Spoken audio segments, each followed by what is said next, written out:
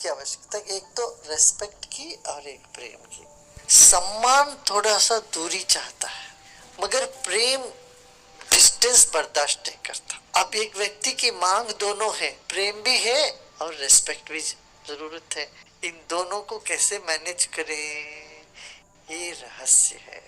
किसी का प्रेम के प्रति हमारे मन में कोई प्रश्न उठना नहीं चाहिए कि विवाह के बाद पत्नी को कभी नहीं पूछना चाहिए do you really love me, और पति को भी नहीं पूछना चाहिए सच में तुम मेरे को प्यार करती हो क्या, नहीं पूछना चाहिए। वो एक चैप्टर क्लोज हो गया। प्यार करते हैं, चाहे वो गुस्सा भी करते तो प्यार के लिए कर, प्यार है इसलिए करते। झूठ भी बोलता है पौस अपने साथ, वो भी प्रेम से ही बोलता है। क्यों? प्रेम इतना मजबूत हो गया, प्रेम खोना नहीं चाहता, इसीलिए झूठ निकलती। मैं सच बोलूं तो उनको दुख लगेगा, उनको दुख नहीं पहुंचे, इसलिए झूठ बोलते। इसलिए कोई आपके पति पत्नी आपसे झूठ बोले तो आप उस झूठ के पीछे देखो, नहीं तो आपको गुस्सा क्यों आता है, हमसे क्यों झूठ बोला।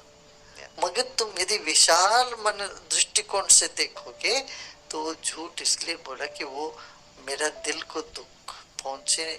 तुम इतना अंडरस्टैंडिंग रखोगे तो वो भी झूठ बोलना बंद कर दे। एक रिलेशनशिप में भी किसी से कोई भूल होता है, वो आके भूल कबूल करते हैं तो मन में रखना नहीं चाहिए, उसको धो डालना चाहिए तुरंत। भाई आदमी मने गलती होती है, भाई गलती करते हैं। विद्या किस लिए सीखना है? तुम्हें अंदर से मुक्त कर दे, फ्री कर दे। तो और किससे फ्री करना? दुख से, दर्द से, पीड़ा से, छोटी छोटी कामनाओं से, इन सब से ऊपर उठाना, वही तो मुक्ति है।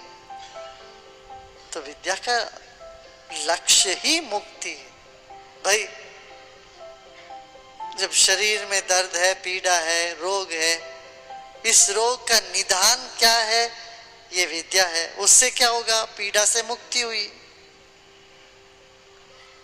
कि नहीं?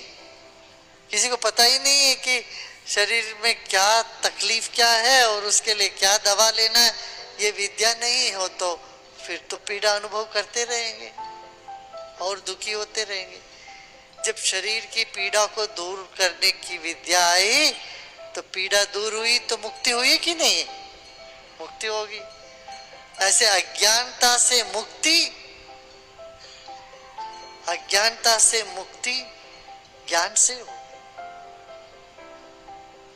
और जीव भाव से मैं ब्रह्म भाव में आने के लिए जो ज्ञान चाहिए वो ज्ञान ही सच्चा ज्ञान है। मैं जीव हूं, मैं कोई छोटा व्यक्ति हूं, कीड़े मोड़े मकोड़े मत समझना अपने आप को।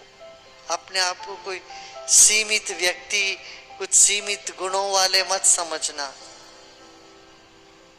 तुम सच में कौन हो, इस पर ध्यान दोगे तो मैं कौन हूं, मैं कौन हूं पूछते पूछते जाओगे तो मैं ये सब कुछ भी नहीं हूं।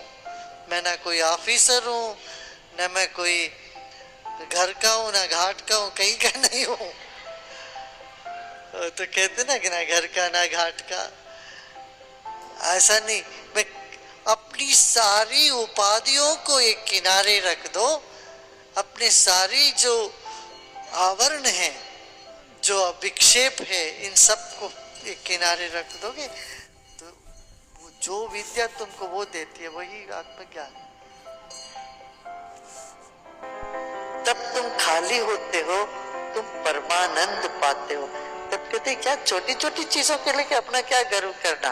क्या गुरु से वाद विवाद करके शिष्य जीत जाए, ये शिष्य का दुर्भाग्य। माने छोटा मन जीत जाए बड़ा मन के सामने, छोटा मन का दुर्भाग्य है। मगर गुरु क्या चाहते हैं? शिष्य जीते। शिष्य क्या चाहते हैं? गुरु की जीत हो हमेशा। गुरु का ये है शिष्यादिच्छेद पराजयम। मेरा चेला मेरे से भी इतना बढ़ के आगे निकले, इतना आगे बढ़े, मेरे जैसे हो, मेरे से आगे बढ़े, तो गुरु को बड़ी खुशी होती है। गुरु चाहते हैं शिष्य जीते, शिष्य चाहते हैं गुरु जीते, मैं ना जीतूं। दोनों एक दूसरे के जीत चाहते हैं, यही ज्ञान का पथ है। अज्ञान का पथ, मैं इसको हराऊं उसको हराऊं, मैं जीतूं, ये सब हार जाए।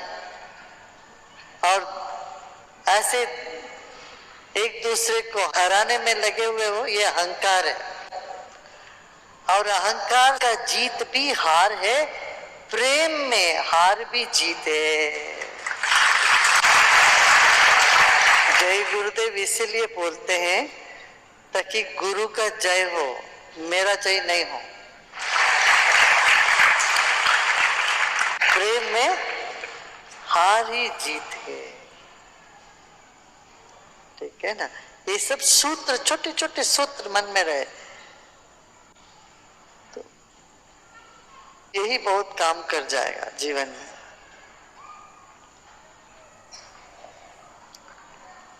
कोई भी कलाकार ये नहीं कहेगा कि हम अपने आंख भी दे देंगे,